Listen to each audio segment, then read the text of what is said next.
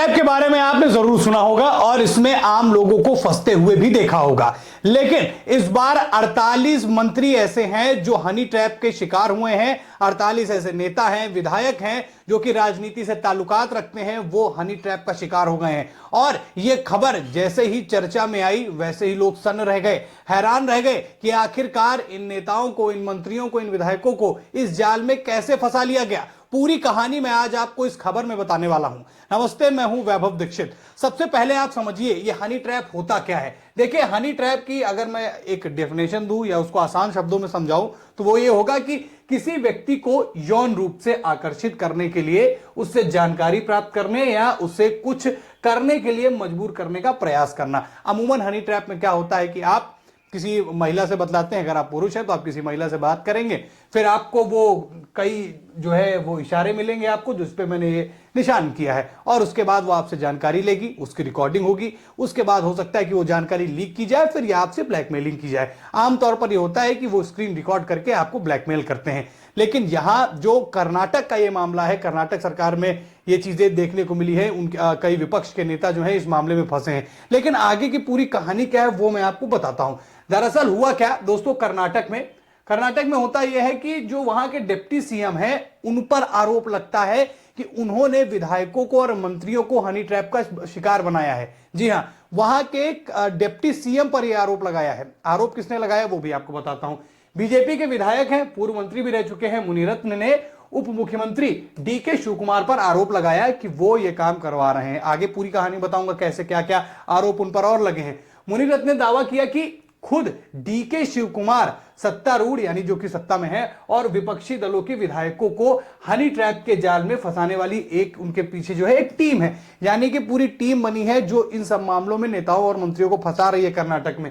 साथ ही साथ मुनिरत्न ने कहा कि शिव कुमार और उनके भाई डीके सुरेश ने पहले भी बीजेपी विधायक रमेश जरकीहोली को हनी ट्रैप पे फंसाया था। यानी कि ये पूरी प्लानिंग जो है वो आरोप लगा रहे हैं वहां के डिप्टी सीएम पर, डीके शिव कुमार पर, कि वहां ऐसी सारी चीजें होती रही हैं, पहले भी लोगों को फंसाया जाता रहा है और डिप्टी सीएम जो है ये ऐसा कर रहे हैं, लोगों को फंसा रहे हैं, विधायकों को फंसा रहे हैं, मंत्रियों को फंसा रहे हैं। लेकिन दोस्तों सवाल ये उठता है कि आखिरकार कर्नाटक के deputy CM DK Shivakumar को ये जरूरत क्यों आन पड़ी, आखिरकार वो ऐसा क्यों कर रहे हैं, वो भी मैं आपको बता देता हूं।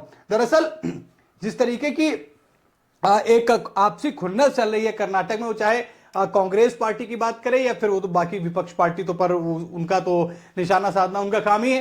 वो अब जो पूरा मामला रहता है वो पहले बीजेपी विधायकों को भी फंसाया जाता है, लेकिन मामला तब गर्म हो जाता है जब ये सामने निकल कर आता है कि इसमें कांग्रेस पार्टी के भी नेता शामिल हैं और वो भी इस बात पर एग्री कर रहे हैं कि हाँ उनके साथ ऐसा हुआ, और बीजेपी के विधायक उन पर आरोप लगाते हैं डिप्टी सीएम पर। पूरी कहानी क्या है वो समझिए। शिव कुमार रात 2 बजे बैठकें करते हैं और हनी ट्रैप टीम भेजते हैं, और जब रमेश जरकीहोली को फंसाया गया तब विधायक को जानकारी थी। यानी कि जिस विधायक ने ये आरोप लगाए हैं उसने कहा कि शिव कुमार जो कि डिप्टी सीएम है वो रात 2 बजे ये सब चीजों की बैठकें करते हैं, उनके साथ हनी ट्रैप की टीम है। और उन्होंने कहा कि जब रमेश जरकी को फंसाया गया था तब उनको इस बात की जानकारी थी कि ऐसा ऐसा सारा मामला हो रहा है। अब मामला पलटता तब है दोस्तों जब इसमें कांग्रेस के नेता की एंट्री होती है। कांग्रेस नेता क्या कह रहे हैं वो भी आप सुनिए। कांग्रेस के विधायक हैं और सहकारिता मंत्री भी हैं के.एन. राजन्ना, उन्होंने कहा, विधानसभा में दावा किया कि राज्य के 48 विधायक जो अलग अलग दलों से हैं वो हनी ट्रैप का शिकार हुए हैं, और साथ ही साथ उन्होंने यह भी बताया कि यह नेटवर्क पूरे भारत में फैला हुआ है और इसमें कई केंद्रीय मंत्री भी इसके जाल में फंस चुके हैं। यानी कि हनी ट्रैप जो है वो अब उसकी ट्रैपिंग केवल आम लोगों तक नहीं, वो मंत्रियों तक पहुंच चुकी है, सेंट्रल मिनिस्टर तक पहुंच चुकी है, ऐसा कह रहे हैं नेतागण। अब पूरी कहानी पीछे की क्या है, जो वहां के डिप्टी सीएम पर आरोप लग रहे हैं उसके पीछे का क्या मामला है, ये तो खैर हैरान कर देने वाला है। अब जब ये बात उनकी तरफ से निकल कर आई है, कांग्रेस नेता की तरफ से, और बीजेपी का नेता भी इस बात का, विधायक भी जो है इस बात का आरोप लगा रहा है कि वो चाहे सत्तारूढ़ हो या फिर विपक्षी दल, दोनों ही दलों के नेताओं को हनी ट्रैप में फंसाया जा रहा है। अब इसके पीछे के कारण क्या हो सकते हैं, इसमें नेतागण उनके ऊपर आरोप ये लगा रहे हैं कि वो उनकी छवि को धूमिल करना चाहते हैं। वो ये नहीं चाहते हैं कि वहां तक कोई और पहुंचे और उनकी जो नेताओं की जो सामाजिक छवि है वो खराब हो, जिससे फायदा सीधा सीधा उनको मिले। खैर क्या है, ये तो आरोप है जो उन पर आरोप लग रहे हैं वही मैं आपको बता रहा हूं।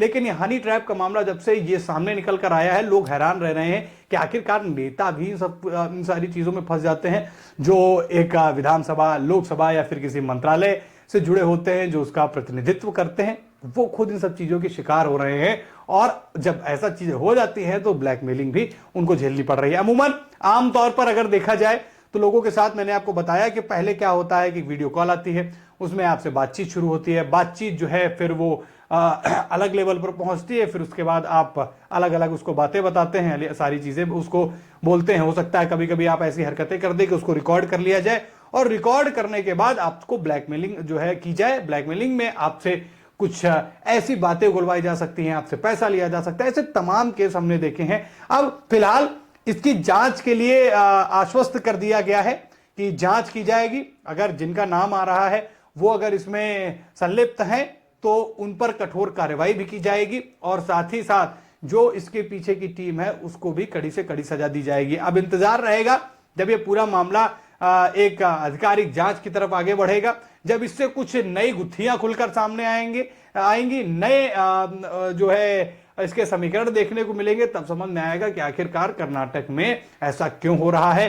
क्या जो आरोप वहां के डिप्टी सीएम पर लग रहे हैं क्या वो सही हैं? क्या जो बीजेपी विधायक ने जो बातें कही हैं उसमें दम है? क्या कांग्रेस के नेता जो कह रहे हैं कि 48 विधायक जो अलग अलग दलों से हैं वो इस चीज के शिकार हुए हैं? तो ये सारी चीजें अब जांच के बाद खुलकर आएंगी। हनी ट्रैप देखिए, ये एक छोटे समय में, कम समय में जो आपको एक अलग भावनाओं में लेके बह जाता है, उसका अलग जो फिर प्रभाव देखने को मिलता है, उससे ना आपकी व्यक्तिगत छवि खराब होती है, सामाजिक छवि भी खराब होगी और उसके बाद आप एक ऐसी मुसीबत में फंस जाते हैं जिसमें आपको कोई भी चारा नजर नहीं आता। और ये एक मामले नहीं, जैसा खुद वो कह रहे हैं कि केंद्रीय मंत्री तक इसमें फंस चुके हैं और पूरी टीम है और अब ये हनी ट्रैप जो है पूरे देश में फैलता जा रहा है। तो आपको भी सावधान रहने की जरूरत है, सतर्क रहने की जरूरत है। मन लुभावन बातों से थोड़ा सा बच के रहिए अगर ऐसी सारी चीजें आपके साथ हो रही हैं, और खास तौर पर इंटरनेट का गलत इस्तेमाल जो है इस तरीके से ना करें, वरना आप भी परेशानी में आ सकते हैं, हनी ट्रैप के शिकार आप भी हो सकते हैं। फिर उसके बाद केवल आपके चक्कर लगेंगे थाने से यहां फिर वहां,